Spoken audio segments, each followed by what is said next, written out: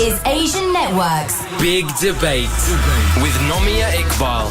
Thanks, Anchor. Well, this hour we're going to bring you the latest on the Rohingya crisis. The leader of Myanmar, Aung San Suu Kyi, has made an address to the nation following weeks of criticism over the way she's been handling things.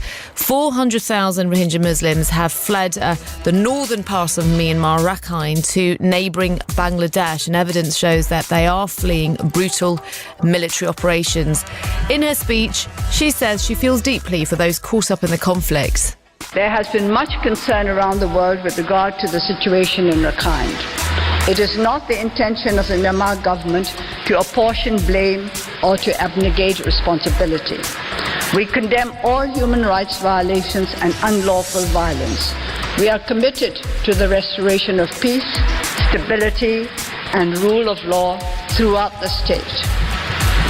The security forces have been instructed to adhere strictly to the code of conduct in carrying out security operations, to exercise all due restraint, and to take full measures to avoid collateral damage and the harming of innocent civilians. Human rights violations and all other acts that impair stability and harmony and undermine the rule of law will be addressed in accordance with strict norms of justice.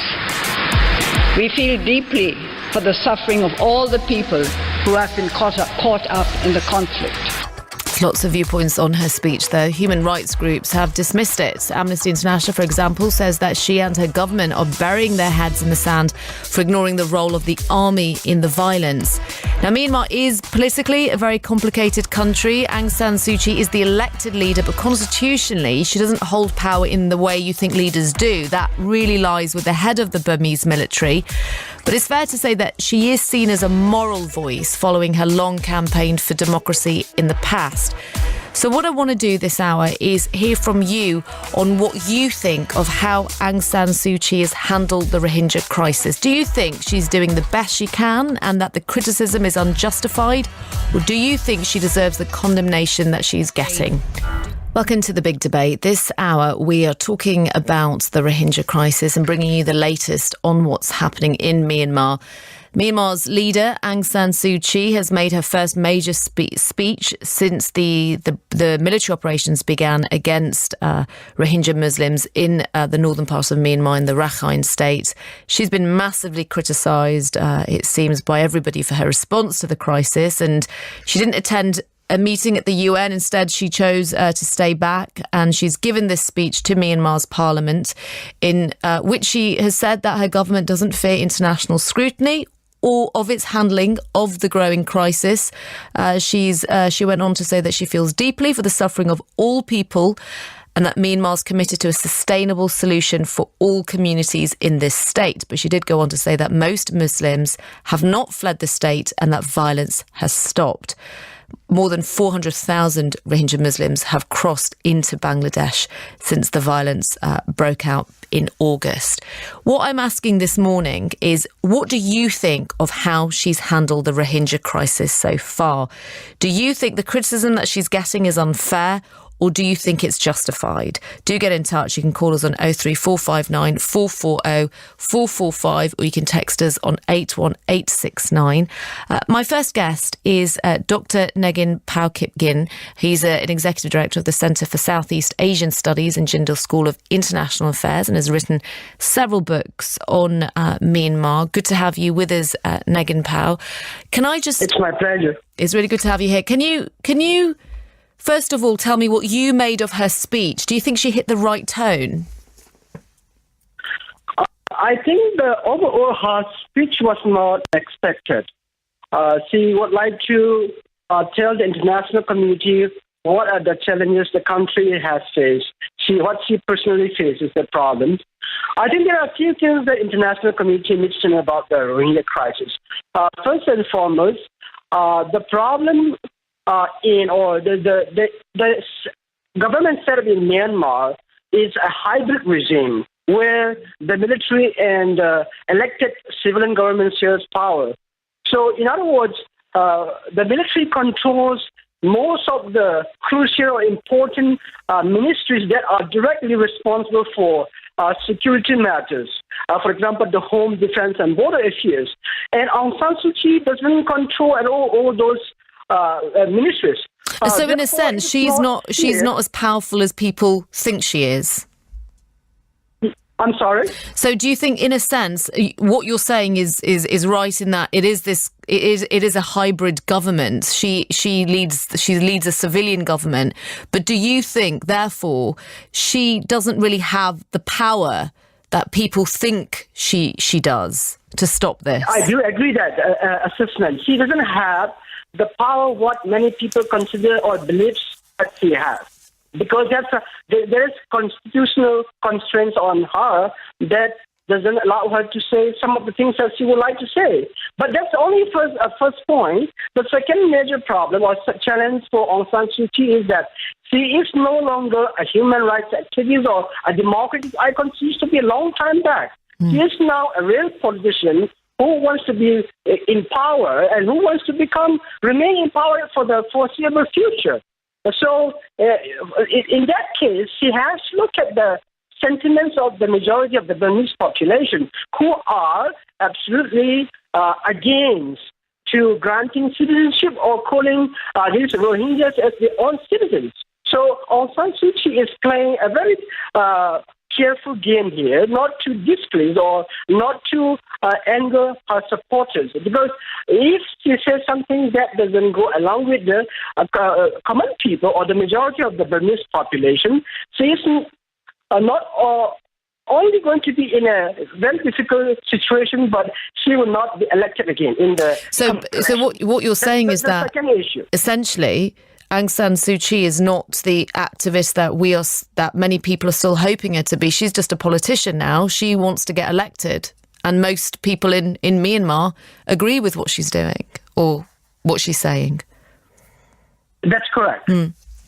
Do get in touch. You're listening to The Big Debate. I've got Dr. Nehginpao Kipgen on, who is basically saying that Aung San Suu Kyi doesn't have the power that people think that she does. The country is still very much ruled by the military, but also she's not really an activist anymore. She is a politician who wants to stay in power.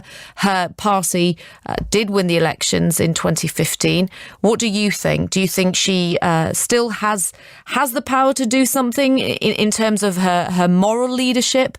Do call us 03459 440 445. Let me bring on Mr. Khan, who's called in. Hi to you. What do you think of how she's handled the crisis so far? Yes, good morning. It's Khan speaking. Basically, it's a very good issue you raise up. Late, but late is better than never. The thing is, the cruelty is going on. It's hypocrisy. It's totally cruelty going on in Rohingya Muslims. To be honest, there is no sign of terrorism at all. It's a long history of Muslim in Myanmar. They've been excluded from day one. They are living there for 10 centuries, more than 10 centuries. And they are treated as number fourth class of citizen, but even not citizen. They are not allowed nothing in the mainstream, activities of the country. And at the moment, Suu Kyi, what she addresses, full of hypocrisy. Actually, cruelty is going on, minority cleansing is going on. And everybody know at this time and age, everybody know the social media, the mainstream media, nobody can hide at nothing, whatever going on any corner of the globe. She does have a lot of support, though, doesn't she? Inside Myanmar, I visited Myanmar a couple of years ago, and she, as our previous guest has said, she wouldn't have this position if she didn't think it was reflective of the public's viewpoint. Cruelty, nobody will support. Even Myanmar public will not. Definitely. It's a humanitarian crisis carrying on. And it's cruelty, everybody can see. And it's totally injustice. The world is going fragile day by day, unfortunately, because of injustice. And the world is not, involving in these kind of atrocities to stop them. The world should come forward. World is totally silent about plenty of issues. I don't know what's going on. What do you think Aung San Suu Kyi should be doing or should be saying? What would you like to see happen? To be honest, if she is, I know she has less powers. Of course, there was, army rule for a long time in Myanmar, and she has only partially powerful, but she should speak truth. She has a Nobel Prize because of her long struggle, and her struggle should carry on the right way. Well, at the moment, her speech is full of lies. Everybody knows she is not speaking truth at all. It's totally visible what's going on inside Myanmar. And one big question mark, why they not allow the world to get in to see the evidence, what's going on. They have stopped all the, charities, all the mainstream media of the world. I'd say the BBC has been allowed. The BBC has been allowed in Rakhine, but it is controlled by the government, which means that we can only see what they allow us to see. Let me stay with us because I'd just like to bring in Dr. Rayhan Rashid, who is from the Bangladeshi Academy and founder of International Crime Strategy Forum. Good to have you on. First of all, what did you make of her speech? Thanks for having me, Nomia. Before I go to the speech, can I address some of the points Mr. Nagin mentioned? Of course. Yeah, I agree with some of the things he said, but I have to also mention that Aung San Suu Kyi is not that powerless in the sense, yes, it is true that she doesn't control the military, she doesn't control the home ministry and the borders, but she still controls the information ministry. She still controls the foreign ministry. She dictates foreign policy. She still has a majority. Even last week there was a poll conducted by the, I think, Republican Institute, if I'm correct. She is still as popular as ever.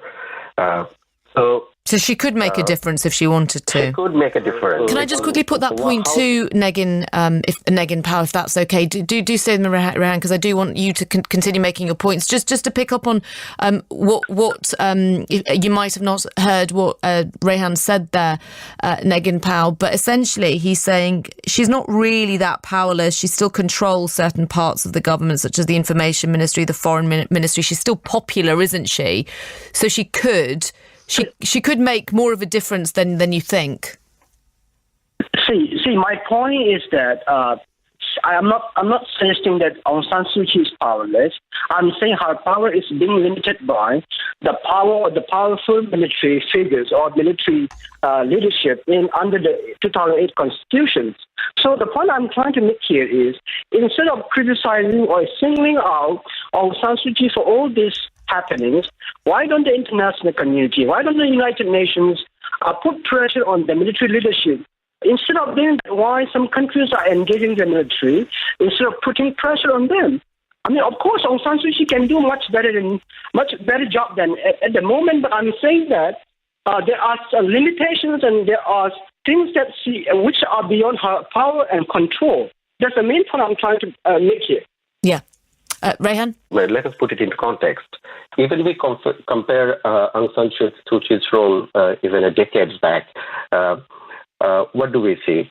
At that time, she was in house arrest, but that didn't stop her from speaking out. That didn't stop her from taking moral stands.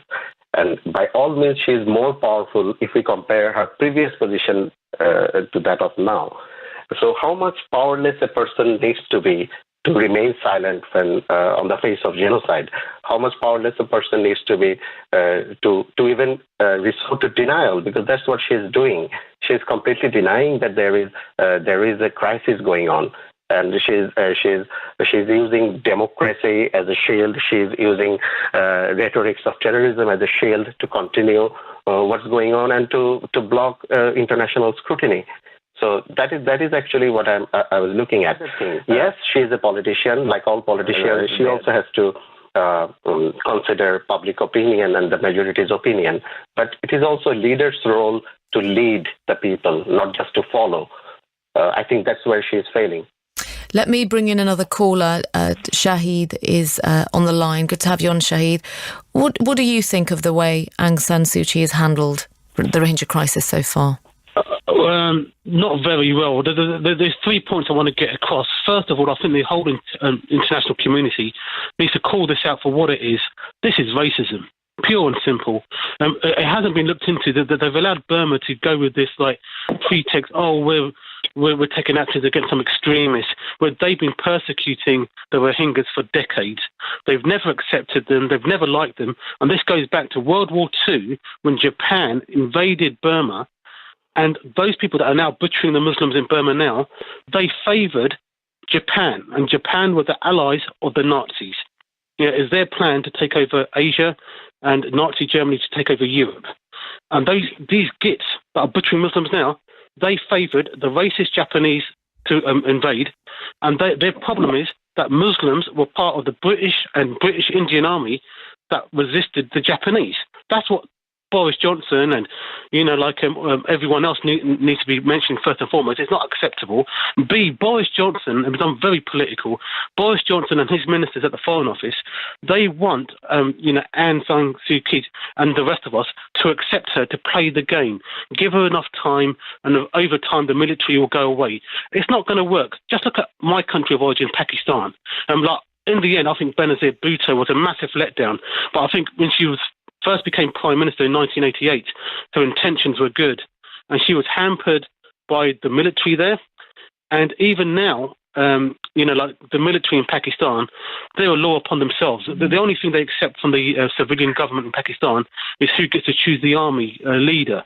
So do you think San Suu Kyi is almost in a similar position where she's not really Absolutely. There's not, for as long as the Burmese army is in control of the army, in control of defence, and has 25% of parliament automatically, there's no way she's going to be a proper democratic leader. There's no point of trying to pop her up.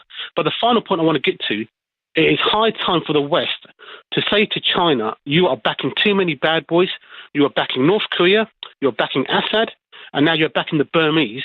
What good have you done for the world? Because it was Richard Nixon in the 70s who thought it was better to make things easier for China economically, bring them in, and over time, the richer they become, the more nicer they become. They haven't. They're just a bully boy, still got a communist system, no democracy, and all they keep on doing is using their veto to protect the bad boys.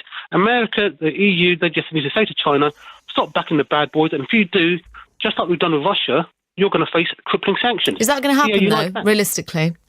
Well, why not? If they can do it to Russia, which is also, quite an important country, why can't they do it to China? It's what needs to happen. Otherwise, things like this are not going to change. China, over time, is going to be the biggest danger in the world. They've taken over 20% of Kashmir by force. Okay. Listen, I'm loving everything. Loving all your passion here, Shahid. I just want to sort of bring it back slightly to Aung San Suu Kyi, because I think it's interesting what you're saying. I think is not that different to what Nehginpao has been commenting on about how actually Aung San Suu Kyi is a politician now and doesn't have as much power as people think, and really the power lies with the commander-in-chief, the senior general Min Aung Hlaing, who's the head of the Burmese military. Is that what you think as well? Do you think really the power lies with the military, and Aung San Suu Kyi can't really do much? Is that to me? Yeah, is that what you think, Shahid? Yeah. She's a figurehead. She's not going to be the full democratic controlled. Okay. She's not going to be Theresa May or David Cameron or Tony Blair. They get to choose what the military does and when to do it. They are going to be a law upon themselves. This situation, if you can call it that, in Burma is military led, and she's got no control over it whatsoever. The only thing she should do really now is resign and start condemning. If she gets under house arrest, so be it. How can anyone say that they're all for human rights and stuff, but saying, but if it's only affecting a certain minority and I'm not going to get nothing good out of it, I'm not going to go for that.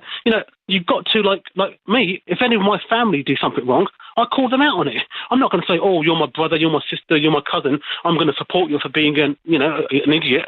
If anyone does anything wrong, you need to call them out on it. Yeah. And that's what she goes, I'm ineffective, I'm going to resign, and I'm going to condemn the military. They put me under house arrest, they jail me, so be it. That's what she should be doing. Let me bring in Nehginpao on that. Do you think that will ever happen, though? You know, Aung San Suu Kyi just steps down and becomes the moral voice that the world seems to be expecting her to be. See, first of all, I don't think that's going to happen because Aung San Suu Kyi has been fighting for what she is today for the past 7 decades, and is now in a position where she said earlier that she wants to change the system from within rather than staying in a confrontational mode, which she used to do for the past many decades. So I don't think she would resign and do that. But what I suggest, or what I would like it to happen is that, of course, Suu Kyi, even today in her message, she is saying that they're ready to look at the problems on both sides. And I mean, the most important thing at the moment is to stop to end violence and also to speak up on behalf of all these innocent civils, regardless of whether they are Rakhine Buddhists or Rohingya Muslims. And in the long run, what they have to do, the Myanmar government has to do is implement as soon as possible the Kofi Annan Commission's recommendations, which, among others, includes to address the statelessness of the Rohingya Muslims, plus to remove the barriers that lies between the Rakhine Buddhists and Rohingya Muslims. So this has to be done. Otherwise, regardless who comes to power, it's not going to solve the problem. Let's say, for example, Aung San Suu Kyi resigns today. Then who is going to take over her place? Yeah. I mean, I can't see anybody happening or coming up at the moment to fill her place.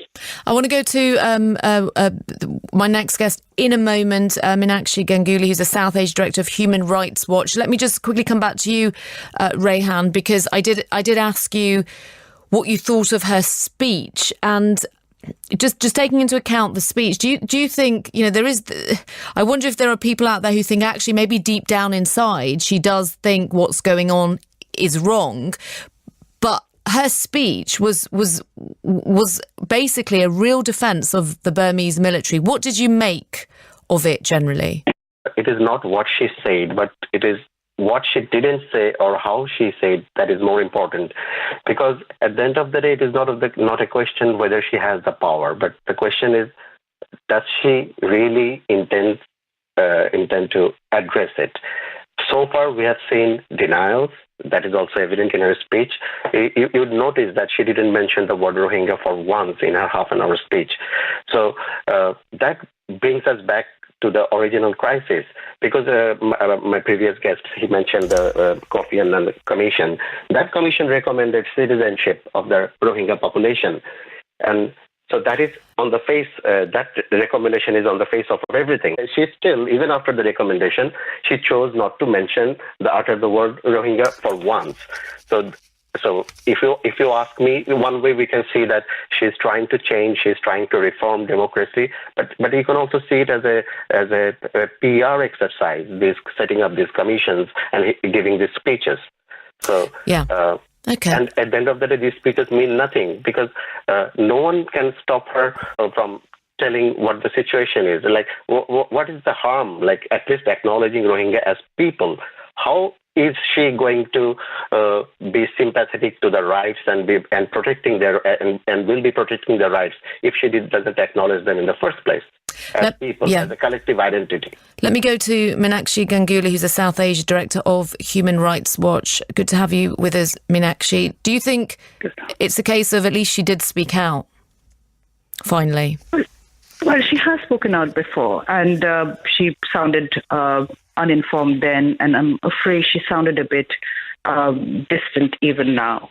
I've heard some of the things that the other panelists have said. You know, she's the head of state. She's a politician. She has, and this is really significant, that the Burmese people voted her in large numbers. She has the people's mandate. I mean, you know, the numbers that her party won are enormous, which is significant because that should tell her and bolster her confidence that she has the people's mandate and popularity over the military. So yes, while the military does wield a lot of power, she has the mandate. And what I really missed in this speech is that leadership that called for unity, an end to this kind of bigoted talk that is happening, the hate that is being expressed towards the Rohingya, who are all being deemed terrorists. I mean, social media is full of venom. That she could have controlled that and shown leadership, and I felt that she missed that opportunity. Let me stay with us, because I just want to cross over to Myanmar and speak to Ali. Ali, that's not his real name. We are keeping him anonymous because it's not easy to speak out from Myanmar. And Ali works there, is from Myanmar and works there. Ali, good to have you back with us on the big debate. What was the reaction? What was the reaction to Aung San Suu Kyi's speech in Myanmar? Is it supported, what she says? Yes and no. Why? Because it depends on the questions you ask to. So nationalists, obviously, they think what she's talking is totally correct. And people who sympathize on the rights of the Rohingyas, who feel about the human rights violations happening against these poor people, we feel really sorry on her speech. And some of the information she used in her speech are quite wrong. So, for example, she said everybody, including Muslims in the Rakhine state, are having equal opportunities to having the access of education, healthcare, and basic human rights things. But it is totally not true. Why? Because most Rohingya children there, they cannot get full access to education, even not the basic education. And some of them cannot proceed to the higher education because they don't have the national registration cards. So what she is just mentioning today is totally wrong. And she just said there are over 50% of the Rohingya populations in the country. They still remain in the Rakhine state. They didn't flee to Bangladesh during these days. So she invited the international community to come and study why these people didn't flee. Although the international community is just saying that lots of people has been fled to Bangladesh. Ali, I know that you know people in the Rakhine state. You do have your contacts, and she has said that the violence has stopped. Is that true? Pardon? She says the violence has stopped. Yes. Is that true? What's your understanding of what's going on in Rakhine? I know you're not there, but what's your understanding of what's happening there at the moment? Has the violence stopped? Well, she said the violence has stopped, but according to the conditions that we are seeing, the violence is still happening in some places in the Rakhine state, but we couldn't identify who is doing those violences. Yeah. Stay with us, Ali. Nomi. Yeah, Nomi, Can I just mention something? Yes, please do come in. Yes. This is Dr. Rayhan Rashid speaking now. Yes, yeah. Whether the violence has stopped or not, I think the test is to look at the influx of refugees. I think right at this moment, the refugee influx is going on. Women and children are crossing the border, some starving for weeks. So they're still crossing the borders. People are coming in to Bangladesh. So that I think is the main indicator whether the violence has stopped. Why would people leave their country and be refugees if there is no violence? Well, this is what she's saying. She says we want to know why people are fleeing. So, well, can I add here that yes, Human Rights Watch has released satellite images today. And this is why it is so embarrassing. For a leader to say 50% of the people are fine, even if those numbers are correct, it's embarrassing for a leader to admit that 50% are therefore victims of ethnic cleansing. And the satellite images that we've released today, because we were able to take pictures now that the clouds moved, there's 200 villages that are completely destroyed. So yes, the violence is ongoing. Our researchers on the ground have seen villages burning even after September 5th, which is when she says the clearing operations have stopped. So no, I mean, either she's misinformed or she's being disingenuous, and both are very disappointing. What can she do, though? Stand up to the military? Is that really a feasible option for her? She has to call the military out. There is no question of her being able to call the military out or and say that if there are these, she kind of said, anyone who's responsible for human rights violations will be prosecuted. Well, it has to be stronger. She is now leading a country that has been accused of ethnic cleansing. But can't the military just ignore her? They could say, well, we don't care what you say.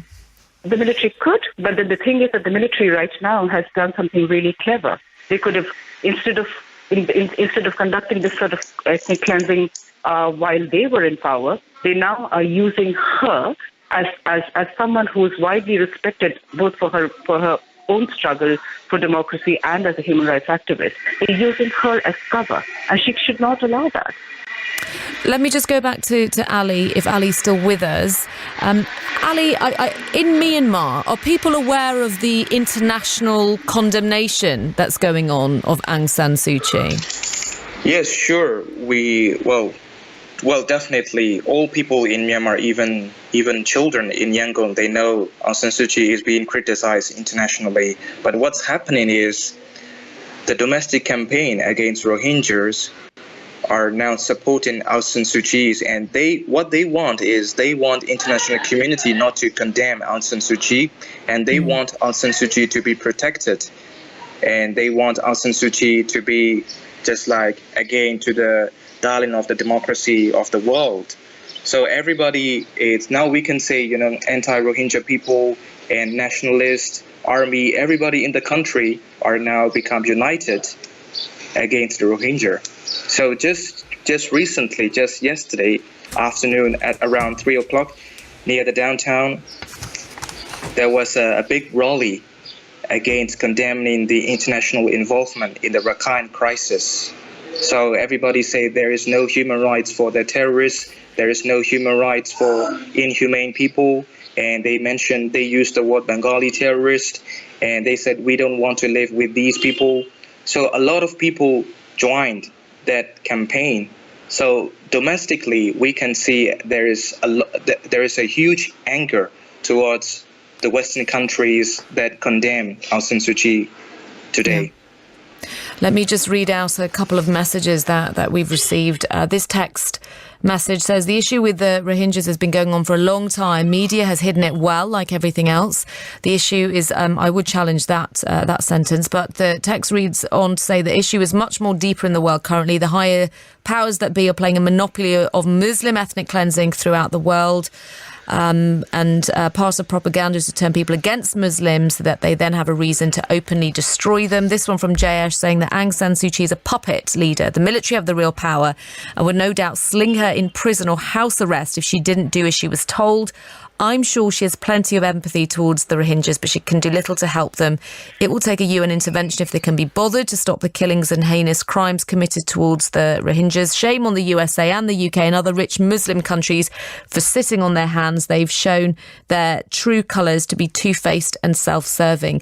I just want to quickly go back to Dr. Nehginpao Kipgen, who's written a lot of books on Myanmar and has written a column in the Hindustan Times, which I would recommend reading, because you have talked about how the singling her out isn't justified, just insofar as that she's not the real person with power in the country. But just on the point of standing up to the military, what would happen if she turned round and said to the head of the Burmese military, stop this violence, stop this now? What would happen? See, I had stated earlier in the conversation, but I just want to reiterate a few points. Aung San Suu Kyi is now no longer an activist, what she used to be. She's now a real politician who wants to be in power and who wants to remain in power in the foreseeable future. So what happens is she starts openly and strongly coming up and criticizing the military leadership. Two things can happen. First, one thing is that the military won't listen to her or won't cooperate her. Or the other thing could happen is that the military might just ignore what she says. And the worst thing could happen is that because of this security threat and territorial threat, the military could cite that issue as a threat to the country's sovereignty and could impose emergency rule where it would go back to the days of military rule. You think the worst thing could happen. But what I'm trying to say is, See, the underlying problem is about identity. See, as you all know, many in Myanmar do not recognize or do not accept the term what we call Rohingyas. So, see, and in Myanmar, a lot of people in Myanmar say they are illegal immigrants from Bangladesh. The problem is that even the Bangladesh government and the people do not accept that they are their citizens. So they become stateless. As long as we resolve or we come to an agreement or sort it out about the identity itself, this issue would not die for the better. So in other words, this would come up again even if the present crisis is resolved for a short-term period until and unless the identity issue is resolved or until unless the citizenship issue is resolved. This issue of Rohingya crisis and conundrum is going to nowhere in the long run. Yeah. Meenakshi, I just want to put a point to you about the UN. The UN Security Council does have the power to impose economic sanctions on Myanmar. Is it likely to ever do that? And do you think that's what needs to happen? We are looking for sanctions of the military. I mean, let us accept that at this point of time, while we are unhappy and disappointed that Aung San Suu Kyi did not distance herself from a very abusive military, one that has committed atrocities against her and her party members. So she's well aware of what the military is able to do. So while we're disappointed with that, the main culprit here is the Burmese military. So we are looking for the UN to announce arms embargoes, sanctions against commanders, establish command responsibility, and make sure that those people are also in the end prosecuted for ethnic cleansing.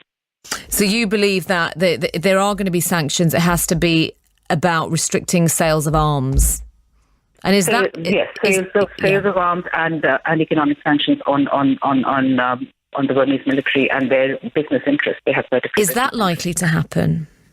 We don't know. So I think some of the disappointments that I'm hearing from the people on this talk is just that it isn't that the world has not responded immediately to express their horror at what's going on, which is good. But then the next step is that what are they going to do about it?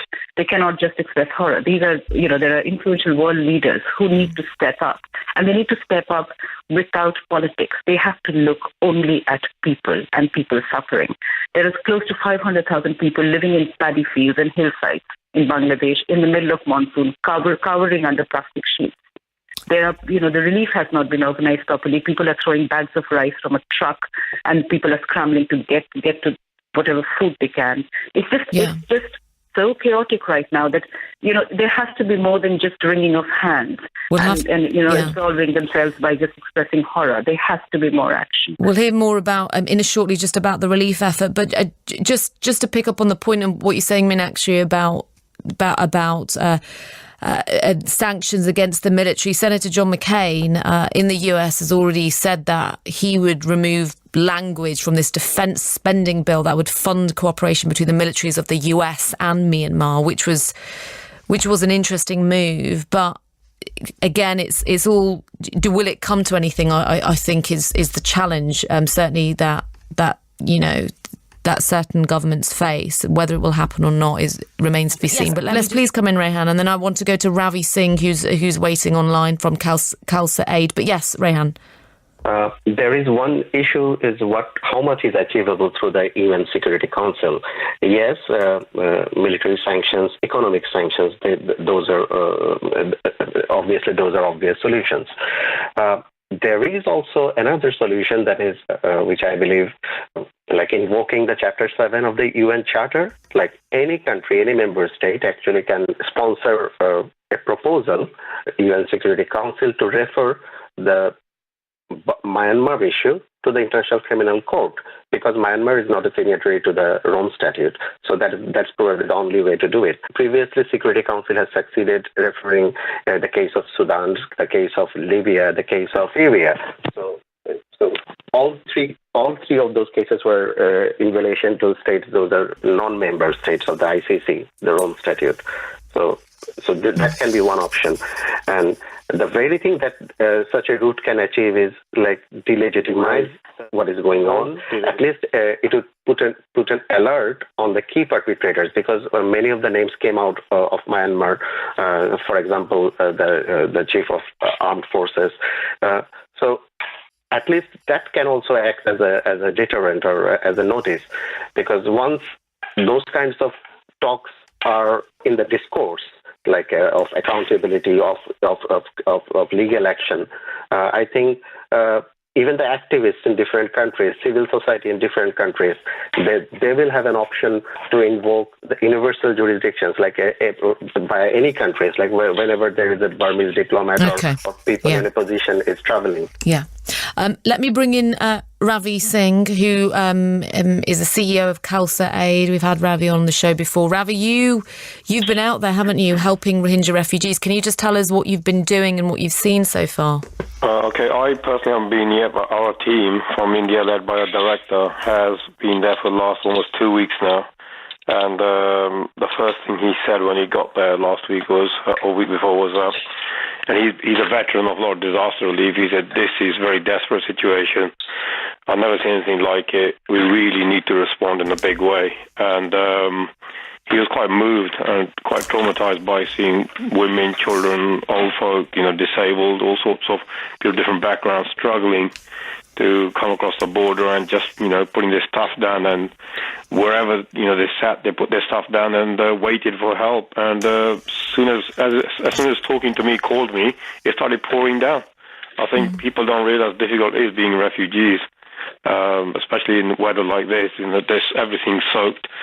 So we decided to open Langar up, which is a Sikh concept of community kitchen. And they started with 2 guys cooking for 15 to 20,000 meals, and now we got more guys in from India, volunteers, and we're cooking up to 50,000, between 35 to 50,000 meals, hot meals a day, and taking them on a mobile kitchen, like vans and cars, to the people.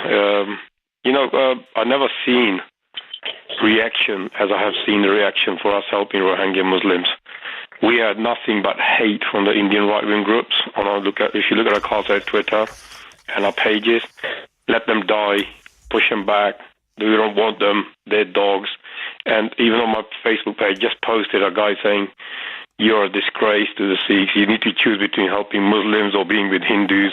You can't have both." I mean, we're getting... Are these minority opinions? Do you minority right-wing, mostly all right-wing. Minority, yes, but mostly right-wing. And it's quite disgraceful, and we have to even see this. And it does break your heart saying, are we losing humanity? But majority of the Indian people are supporting it. More of the Bangladeshis love the fact we're there, but just the right-wing groups are using some foul language and horrible terminology. And I think it makes you wonder, what sort of planet we live on that we can hate a refugee. Yes, there will be problems. And, as you're talking now, your guys, your human rights people and the UN not doing anything, I don't have much faith. The UN has always responded too late. And if they did respond, it's only if America wished they to respond in certain places. Like the Yemen now is being bombed to hell and nobody really cares because we're friends with the Saudis. So there's a lot of deals going in the background. And in the middle of it all, you got humanitarian workers and you got the refugees struggling to look after each other, and especially in tough situations. And I should just add in terms of the UN, that you just to pick up on the point that you made, that the Security Council, they condemned the violence last week, which is actually the first unified statement on Myanmar in a long time. But then China blocked an effort by Egypt to add language that essentially called for Rohingya refugees to be guaranteed the right to return to Myanmar. So that's the problem that you have, don't you, with the UN? This is what I mean. That's the UN Security Council. Like, you got China, US, America, France, etc., the 5 Russia major powers who are meant to be our Security Council. And what sort of Security Council do we have when they are defined by the conflict of interest in selling weapons to each other's friends and families, etc., as they call it, closed networks? So, America made a deal with the Saudis, and China would block it. China does it. It's all about selling weapons. So there's a huge conflict of interest. So how can you have faith in an organization that sells weapons to all sorts of people around the world? One will block the other because they're selling the weapons. the other won't do it. So it's ridiculous. It's not really United Nations. It's very fragmented nations because they're doing it for arms. And condemning is one thing. Somebody sitting there, somebody carrying their disabled mum with their kids, dragging themselves across the border safety, condemnation is not good enough. There should have been more will. Bangladesh needs help from the West, from the UN, UNHCR, Refugees Council to help them cope with the refugees. I don't see it coming. Turkey done a huge airdrop and they're taking a lot of food to Bangladesh. Well done to them. But it's too much politics again. We're repeating disaster after disaster, wars after wars, conflict after conflict. It's just who it suits. And we, the aid workers, are caught in the middle and we see it all. Yeah. If my guys are now delivering hot food to somewhere in a paddy field in Bangladesh, you think that person receiving that food is going to worry about condemnation? No, condemnation. They need a proper security resolution to take them back. And we mustn't judge those who are now suffering. It's ordinary people who are suffering, and we're so busy saying, no, they are Muslims and they should be pushed back, they're terrorists. There's almost 500,000 people. Are they all terrorists? Okay. If they're all terrorists, Burma wouldn't exist. Let me, fair point. Let me bring in Rohit, who's called in. Good to get you on, Rohit. Tell us what you think about what's happening, and if you think Aung San Suu Kyi is doing enough to tackle the crisis. Yeah, hi, good morning. Thank you for having me on the show. I'm calling from Cardiff. So the reason I'm calling, because, I feel what Aung San Suu Kyi is doing is, I think, right for her people. Because, what we have seen this over and over again. Like, we have seen, like, Muslims are fighting Muslims in the Middle East, like Shia versus Sunni, and they're fighting Buddhists in Myanmar and China. They're fighting Hindus and Sikhs in India, Jews in Israel, and Christians in the countries of Africa and also European Union. So if Muslims, try to integrate into the host country, then I think we will not see this problem anywhere, and we wouldn't have seen this problem anywhere in the history as well. So you think Muslims aren't integrating in Myanmar, and that's the problem? Well, because, if you see, Myanmar has got a lot of minorities, not just Islam. And if you see, Hindus are not having any problem, other minorities are not having any problem, relatively speaking. So, but specifically, Rohingya Muslims aren't recognised to begin with, so they're not able to be allowed to integrate, though, are they? Because they don't have any recognition at all. But can I just say this to Rohit? This is an ethnic issue, Rohit. These people, this community is despised because they are of Indian origin. Their religion comes in later. It's an ethnic issue. They are originally from the Indian subcontinent. That's why they're called Kalar. And that is why they are disliked. So it's not about religion. So I think your primary point is a bit wrong. Yeah, Rohit. But I think this is a wider issue, isn't it? Let Rohit finish, please. Go on, Rohit. Oh, sorry. No, I'm just saying. Yeah, are you okay to still talk to us, Rohit? Yes. Yeah, carry on. Yeah, carry on.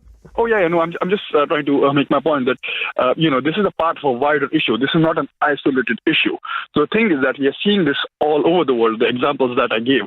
So, if Muslims are a minority and if they are in a majority country, so I think they have to take the effort to integrate rather than the other way around. Because that is what we are seeing all over the world. Now, I know we are just speaking about Burma today, but I'm just trying to bring to the attention the wider issue that is happening all over the world. And that has been happening all throughout history. Now, we are not seeing an exodus of Hindus or Christians or any other minority from Myanmar. It is the Muslim community, and the fight started when 30 army personnel were killed in Myanmar.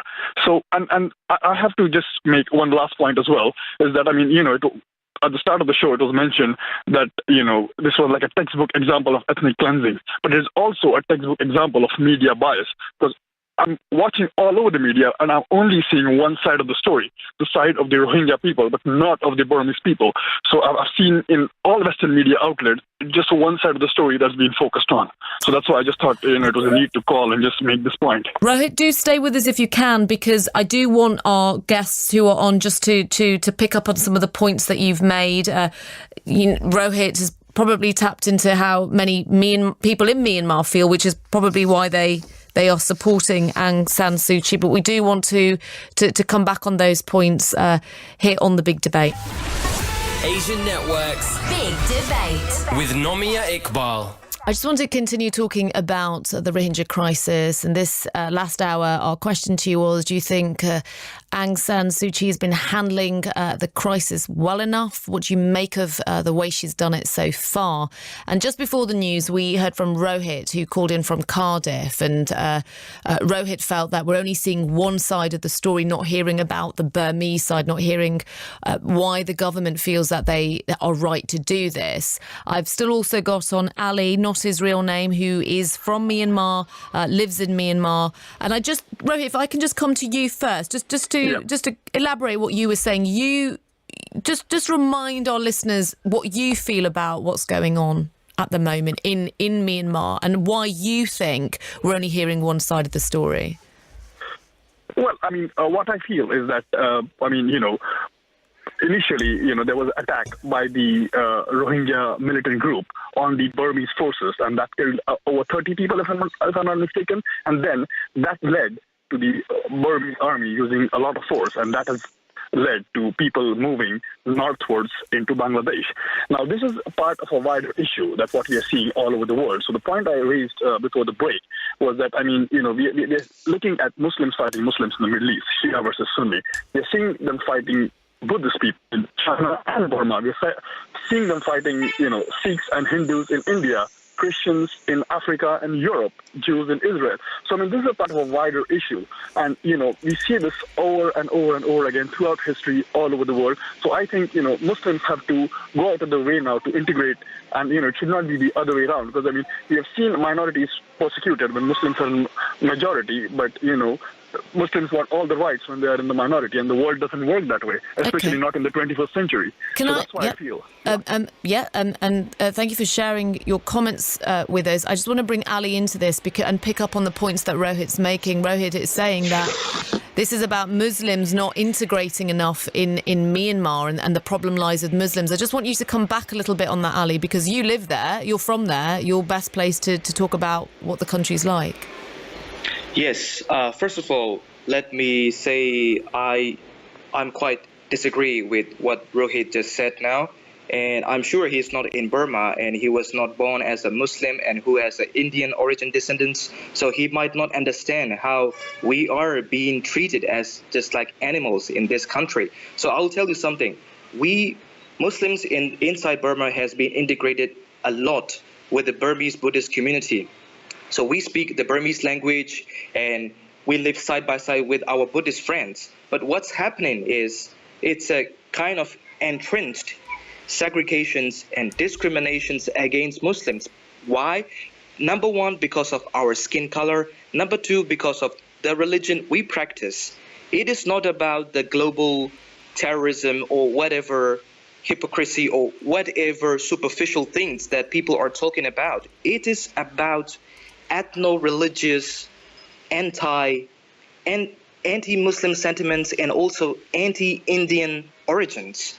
So basically, yes, there are lots of Muslims in the country who are being suffer for those problems in Burma. But all of us live very peacefully with our Buddhist neighbors. Since 2012, these problems has been instigated by the agents of the military. They instigated lots of problems among the community, and Muslims are now living under danger. There is no justice, there is no protections at all for us. So what I just heard from him, it is totally ridiculous to a person who has never been to Burma, who has never been living just like us inside the country. And not only Muslims are being disappointed what's happening in our country, but also our Buddhist friends are also not happy. But we are living just like minorities, and Buddhist people who sympathize on us cannot speak up the voices because the whole society is being brainwashed by the military to hate to the Muslims and to hate to the Indian origins people.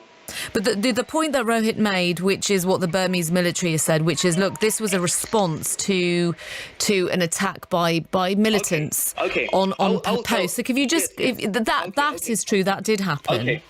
Okay. I'll tell clearly about that. So on the 25th August, the Rohingya insurgent groups attacked 30 police outposts. Well, that's true. But before that, what happened to the Rohingya people in that particular area called the Yate Down and the northern part of the Rakhine State?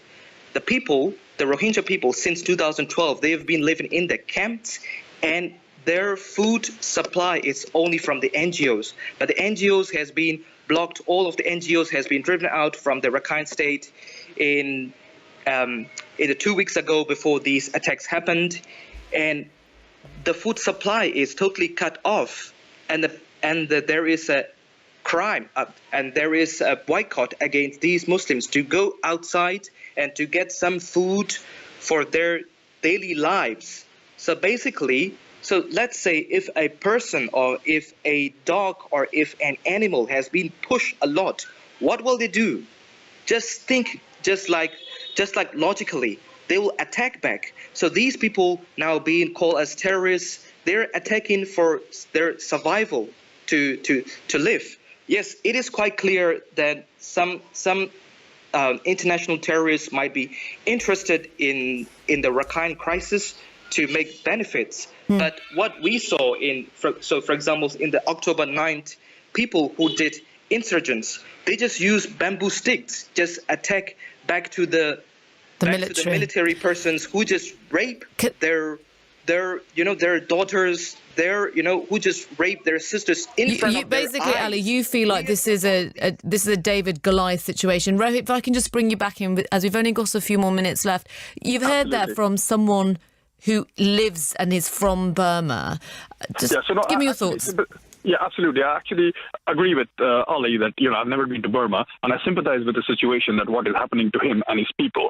But again, just want to bring into the wider situation that in Burma, there are a number of ethnic minorities, not just Muslims. You're not seeing any other minorities fleeing Burma. It is just, Muslim minorities. So just to bring in, for example, we are living in the UK. And in the UK, we hear a lot about Islamophobia for a number of years. But I'd also just like to make a point that, of course, there are millions of Muslims, but also there are millions of Hindus, millions of Sikhs, millions of Buddhists in the UK. But we never hear about Hindu phobia or Sikh phobia or Buddhist phobia. So it is a wider issue. And the second point I would like to make is what he's saying.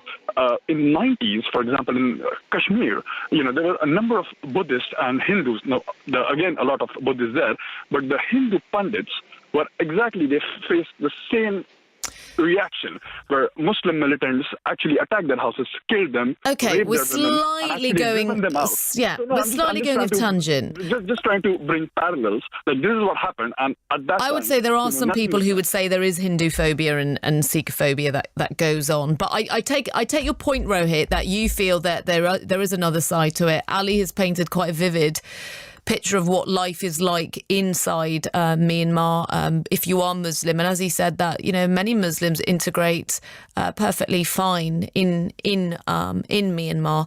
This is a debate that I'm sure we will have again about the Rohingya crisis. Thank you for everyone who spoke and who got in touch, and for all your messages as well.